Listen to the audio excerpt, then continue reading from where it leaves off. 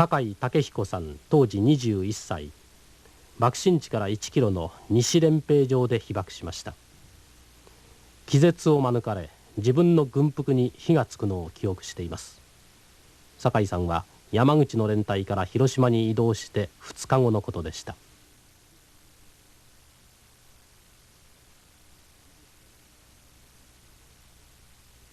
ちょうどその頃に落下傘が落ちるぞっていうようなね、声がありました。で用を足して通路からちょうどこう出たところですから、どこに落下傘が来よるかな思ってこう見たんですが、目当たらんので、どっかの落下傘かのぐらいでこうちょうどこう向きに、その時にその今のものすごい閃光ですね、マグネシウムでこう写真撮るような感じですが、もうバーッともうものすごい閃光がね、来ました。それが反射的にパーッと来た時こう行ったわけですね。ほんでこちら向きにこうしゃがんだんです。倒れたわけですが、こうなった時にちょうどものすごい力といいますかね、ガーッともうこう揺さぶるいうか叩きつけられるいうか、そういう衝撃があって、ちょうどですから瞬間的ですね。こうなった時には城がバッと行くのと自分がドカッとこう行くのとが同時ですよね。もうでダーッと来たと同時になんかもう目はつぶってますからですが、ものすごい熱いです。もうこれでもかというようなこう入り上げるような、口で言えば入り上げるですが、とにかくものすごいもう熱い。よく手術やなんかでこう切られたりした時にこう痛い思ってこらえるんですが、それどころじゃないですね。ところがその時に熱いのこらえながらこう手をこうやってみると、こうやってみたらこの皮膚の感覚といいますか手の感覚がないんです。それからこう足をこう動かしてみるが、足がついとるんやらついとらんのやらわからん。やるしその膝から下とこの肘から上がですね、もう完全にしびれてる。ふっとこう見たら、真っ暗するんです。真っ暗。真っ暗です。それで、息も苦しいですから、パッとこう口で息を吸ったところが口の中へね、泥いうか砂がですねズバーッと入ったんです。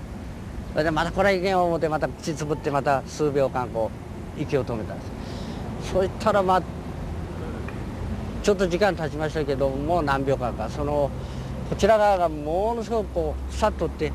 これがものすごく熱いんです。こう上でもう燃え上がったんですね。座った時はこういうふうに燃えようとバーッと炎が出て、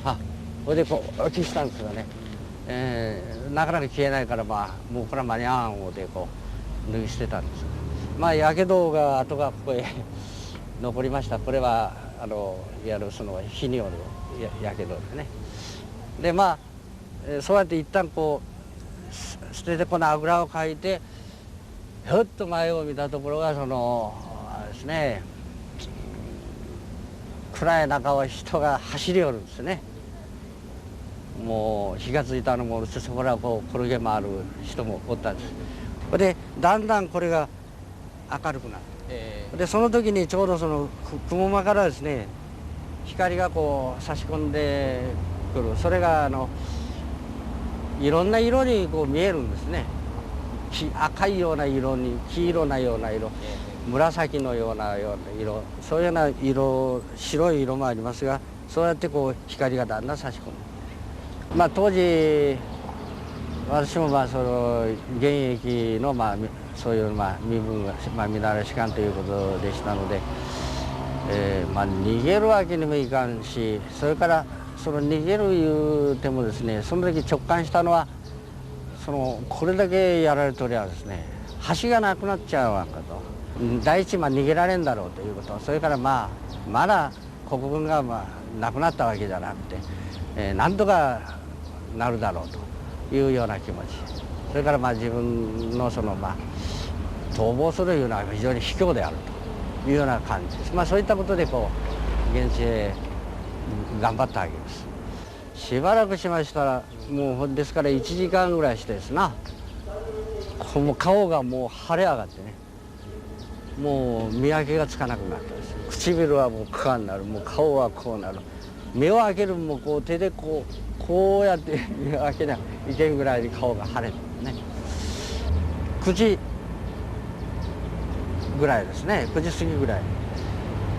もう火災がひどくなったですね。ですからもう初めはそうまでなかったんです。こうわあ燃え出したわけよ。ほいでこう助けに行かなきゃいけんちゅうわけで、ほいでその助けに行くんですが、ほとんどね出てきた人はね自力でほとんど出たようなもんですね。それはもうね中で声がしてもねやられとるし、まあ怪我はしとる、そういうものばっかりが集まって、ほいで大きな家を瓦を乗せたまま持ち上がるわけがない、やりようがないようなことだったんですね。そのうちに大雨が降りました。まあ例の黒い雨言われるんでしょうけども、大夕立ちのようにものすごい勢いで、だから雨が降ったから10時頃ですね、雨が降ったからこれで火も消えるか思うたら何がもうソフトブルーじゃない、まあもうずっと燃えてですね。で夕方遅くもなって、こっちもすることはなし、もう助ける言うてももうほとんどもうこう逃げたし、それからまああとは焼けとるわけですから、で座っとったら夜中にね聞こえるんですね、声が。助けてくれとかね、暑いのとかいう、ここらじゃないんですよ。ずーっと向こうの方から聞こえるんですよね。どこらで声がするんかわからんけど、まあそういう声もこうで、まあ夜中になったら静かになりましたけどね。この辺りにいつ頃までいらしたんですか？ですから6日に落ちて10日のですね午後3時ぐらいまでおりましたね。8月の15日の夕方ですね、戦争が終わったんだというのを聞きました。でその時、いやー終わったよかったとは思いましたけど、その次がどうなるかのいうのは心配がありましたね。なんとかまあ